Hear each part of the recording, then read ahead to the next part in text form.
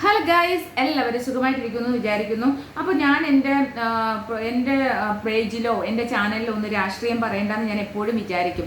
രാഷ്ട്രീയം അറിയാത്തത് കൊണ്ടല്ല, രാഷ്ട്രീയം അറിയുന്ന വീട്ടിൽ തന്നെയാണ് ജനിച്ചത്. ചെറുപ്പം തൊട്ട് രാഷ്ട്രീയം കേട്ട് വളരുന്ന എല്ലാ പാർട്ടികളും, കമ്മ്യൂണിസ്റ്റ്, മാർക്സിസ്റ്റ്, അതുപോലെ തന്നെ RSS, BJP, അതുപോലെ തന്നെ കോൺഗ്രസ്, എല്ലാ പാർട്ടികളുമുള്ള ഒരു വീട്ടിലെ അംഗമാണ് ഞാൻ.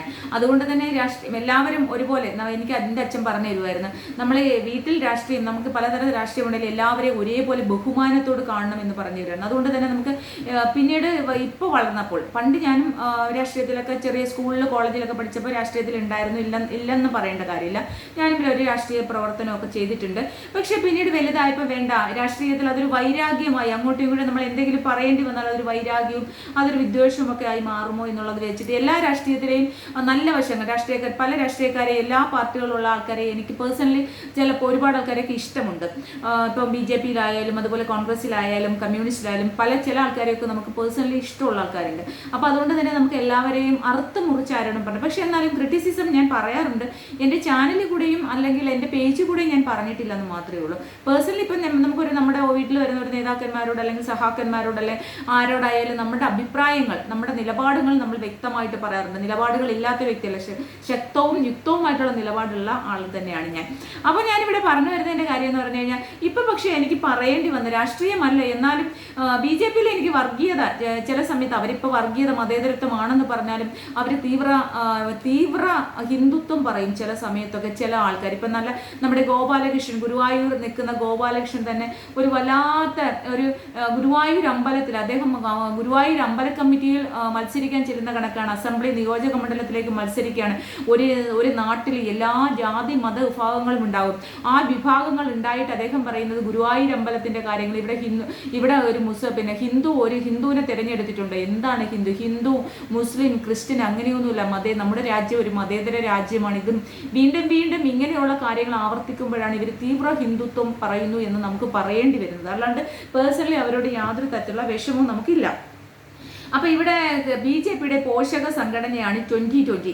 ഈ 2020-ൽ നമുക്ക് കുറച്ച് ഇഷ്ടമൊക്കെ ഉണ്ട്. പഴയ ഡൽഹിയിൽ ആം ആദ്മി വന്നപ്പോൾ അതുപോലെ തന്നെ കേജ്രിവാളിൻ്റെ പാർട്ടിയായിട്ട് തന്നെ ഇവിടെ സാബു തോമസ് ആണെന്ന് തോന്നുന്നു, സാബു തോമസ് കിറ്റക്സിൻ്റെ പുള്ളി വന്നപ്പോൾ നമ്മൾ വിചാരിച്ച കുറച്ചൊക്കെ പുള്ളി ആ ഒരു രീതിയിൽ കൊണ്ടുവരുമെന്ന് വെച്ചു. പക്ഷേ ഈ പ്രാവശ്യം BJP-യുടെ പോഷക സംഘടനയെ അതൊന്നും കുഴപ്പമില്ല. പക്ഷെ പല സ്ഥാനാർത്ഥികളെയും അദ്ദേഹം തിരഞ്ഞെടുത്തത് സോഷ്യൽ മീഡിയ ഇൻഫ്ലുവൻസേഴ്സ്, കുറച്ച് ഫോളോവേഴ്സ് ഒക്കെ ഉള്ളവരെയും, അതുപോലെ തന്നെ ബിഗ് ബോസുമായിട്ട് BB ഷോയിൽ പോയി കുറച്ച് ഫേമസ് ആയിട്ടുള്ള ആൾക്കാരെയൊക്കെ അദ്ദേഹം തിരഞ്ഞെടുത്തു. പിന്നെ സീരിയൽ രംഗത്ത് നിന്ന് ആൾക്കാരെയൊക്കെ തിരഞ്ഞെടുത്തായിട്ട് കണ്ടു കേട്ടോ.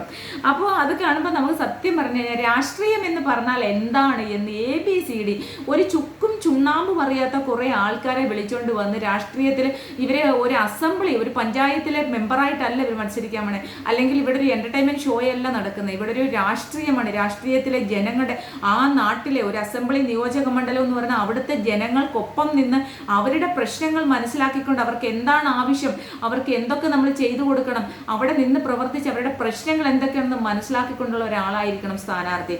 അങ്ങനെയുള്ള ഒരാളാവണം ഇനി അവിടെ നിൽക്കേണ്ടതും ജയിച്ച് വരേണ്ടത്. അല്ലാണ്ട് എവിടെന്നെങ്കിലും കൊണ്ടുവന്ന ഒരു സെലിബ്രിറ്റീനെയോ അല്ലെങ്കിൽ എവിടെന്നെങ്കിലും കൊണ്ടുവന്ന ഒരു ഷോയെ ഒരു കൊമേഡിയനെയോ അല്ലെങ്കിൽ എവിടെന്നെങ്കിലും കൊണ്ടുവന്ന ഒരു ഇൻഫ്ലുവൻസറെയോ അല്ലെങ്കിൽ ഒരു ബിഗ് ബോസ് ഹൗസിൽ ഒരു ബിഗ് ബോസ് ഷോയിലെ വിന്നറാണെന്ന് കരുതിയ ഒരു വ്യക്തിയോ ഒരു സീരിയലിൽ ആക്ട് ചെയ്തവരവരുടെ ഇതൊന്നും അല്ല ഒരു അസംബ്ലി നിയോജക മണ്ഡലത്തിൽ ഒരു സ്ഥാനാർത്ഥിയായി ഒരു MLA ആയിട്ട് വരാനുള്ള യോഗ്യത. അപ്പോൾ ഇവിടെ അഖിൽ മാരാർ എന്ന് പറയുന്ന ഒരു വ്യക്തി നമുക്കറിയാം, ബിഗ് ബോസ് ഷോയിലെ വിന്നറായിരുന്നു. അപ്പോൾ അദ്ദേഹം ബിഗ് ബോസ് ഷോയിൽ വിന്നർ ആവുന്നതിന് മുമ്പ് അദ്ദേഹത്തിൻ്റെ ഒരു ഇന്റർവ്യൂ ഡോക്ടർ റോബിൻ രാധാകൃഷ്ണനെ ചീത്തയും വിളിച്ചുകൊണ്ടാണ് അദ്ദേഹം വന്നത് കേട്ടോ.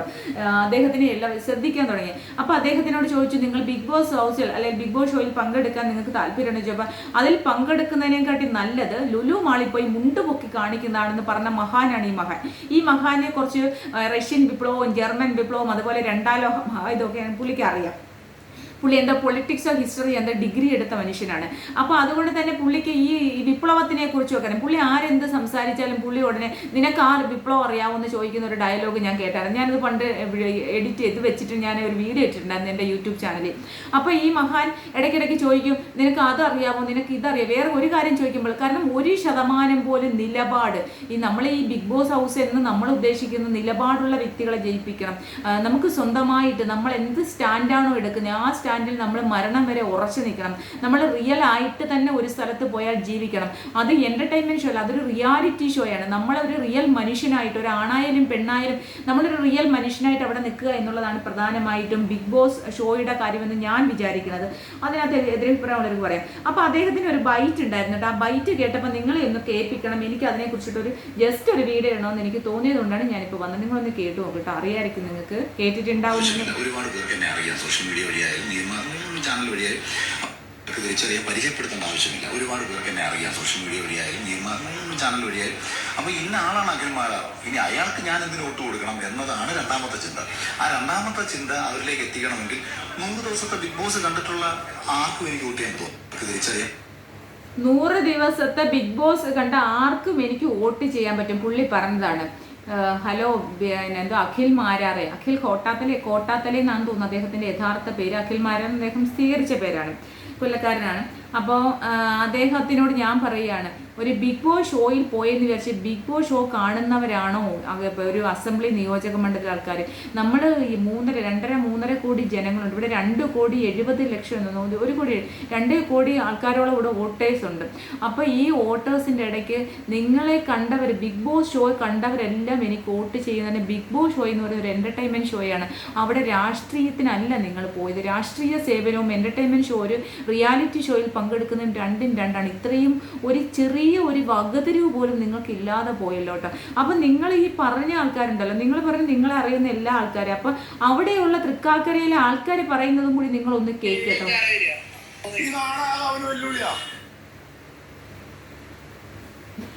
സത്യം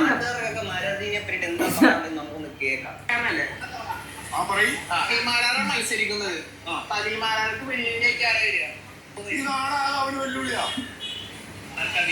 ആ പിന്നില്ലേ ഇതാണ് മൊത്തം അവനെതിരാ. എന്ത് പോളിറ്റി അവനുള്ളത്, എന്ത് രാഷ്ട്രീയം ഉള്ളത്? ഇടതുപക്ഷ രാഷ്ട്രീയം ഉണ്ടോ, വലതുപക്ഷ രാഷ്ട്രീയം ഉണ്ടോ, അല്ലെങ്കിൽ മിഡിലായിട്ട് നിൽക്കുന്നുണ്ടോ? ഒന്നുമില്ലല്ലോ. BJPക്ക് വേണ്ടിയിട്ട് കോടാലിക്ക് അയ്യായിട്ട് മാറുന്നതായി അത് ഈ കേരള രാഷ്ട്രീയത്തിൽ ഓടില്ല. അതാണ് അഖിൽമാരെ കുറിച്ച് എനിക്കുള്ള അഭിപ്രായം. ചേട്ടനെ അഖിൽമാരെ കുറിച്ച് എന്താ അറിയാൻ ആദ്യമില്ല, ബിഗ് ബോസിൽ അതാണ്ട് കൺഫ്യൂഷൻ കാണിക്കുന്നതായി, അത്രേ ഉള്ളൂ. കാരണം BJPയുടെ സഭ്യത്തിനാണ്. അല്ല, പിന്നെ ആ ഒരു അങ്കിളാണ്, ഒരു മാമനാണ് പറഞ്ഞത്. ആ ബിഗ് ബോസിൽ പോയിട്ട് കണുസു കുണുസു എന്ന് കാണിച്ചതല്ലേ അയാളാണ് ഇവിടെ വന്നത്. ഇത് BJPക്ക് കോടാലിയായി മാറുമെന്നാണ് പറഞ്ഞത്. സത്യം പറഞ്ഞു കഴിഞ്ഞാൽ സത്യം അതല്ലേ.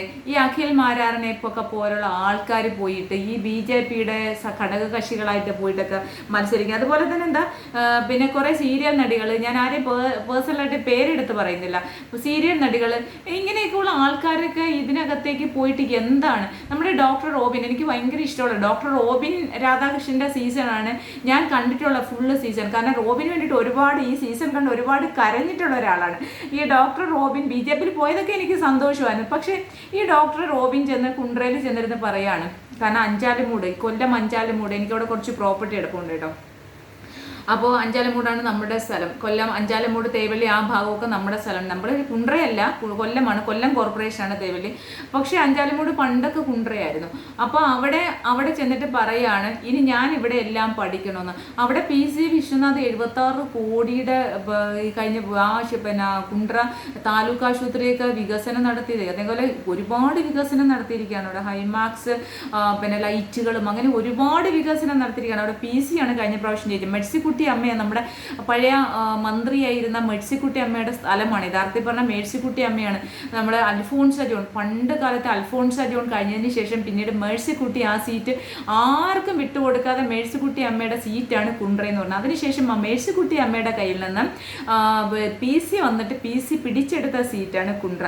ആ കുണ്ട്ര നിയോജക മണ്ഡലത്തിൽ പാവം നമ്മുടെ ഡോക്ടർ റോബിൻ രാധാകൃഷ്ണൻ പോയിട്ട് എന്തൊക്കെ പൊട്ടത്തരമാണ് പറയുന്നത്. ഒരു വാളും പരിചയമൊക്കെ. സത്യം പറഞ്ഞു കഴിഞ്ഞാൽ ഒരു ഡോക്ടറല്ലേ, ഒന്നുമില്ലെങ്കിൽ ഒരു MBBS കഴിഞ്ഞ ഒരു ഡോക്ടറല്ലേ, അതിൻ്റെ ഒരു ഇതെങ്കിലും നമുക്കതായത് സ്റ്റാൻഡ്. ഇപ്പോൾ കല്യാണമൊക്കെ കഴിച്ച് വളരെ നന്നായിട്ട് മര്യാദയ്ക്ക് ജീവിച്ചുകൊണ്ടിരുന്ന ഒരു പയ്യനായിരുന്നു കേട്ടോ. വീണ്ടും അവിടെ പോയിട്ട് ആ എന്തോ ഒരു വളിപ്പും നാണക്കേടും എന്നറിയും സംസാരിക്കുന്നത് കേൾക്കുമ്പോൾ തന്നെ നമുക്ക് സത്യം പറഞ്ഞാൽ എനിക്കാണെങ്കിൽ ചിരിക്കണോ കരയണം. കാരണം നമുക്ക് ഭയങ്കര ഇഷ്ടം. ഞാൻ ഒരുപാട് കരഞ്ഞിട്ടുള്ള ഒരാളാണ്. ഡോക്ടറിൻ്റെ ആ ഒരു ബിഗ് ബോസ് ഷോയൊക്കെ കണ്ട് ഒരുപാട് കരഞ്ഞിട്ടുള്ള ഒരാളെന്ന രീതിയിൽ എനിക്ക് കാണണം ഈ സഹതാപത്തിൻ്റെ അങ്ങേയറ്റം എന്നൊക്കെ നമുക്ക് പറയാൻ പറ്റില്ല. ആ അവസ്ഥയാണ് ഇപ്പോൾ കേട്ടോ.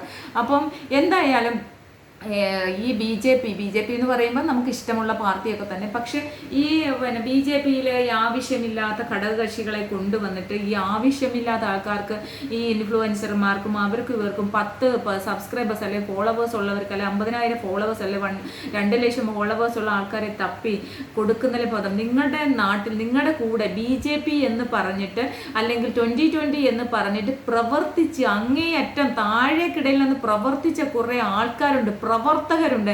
അവരെ കണക്കാക്കി നിങ്ങൾ സ്ഥാനാർത്ഥികളാക്കുക. അല്ലാണ്ട് എവിടെങ്കിലും ചെന്ന് നിന്നിട്ട് സുപ്രഭാതത്തിൽ സെലിബ്രിറ്റി സ്റ്റാറ്റസോട് വന്നു എന്ന് കരുതി നിങ്ങൾ നിർത്തിക്കഴിഞ്ഞാൽ ഒരു കാരണവശാലും നാട്ടുകാർ വോട്ട് തരത്തില്ല.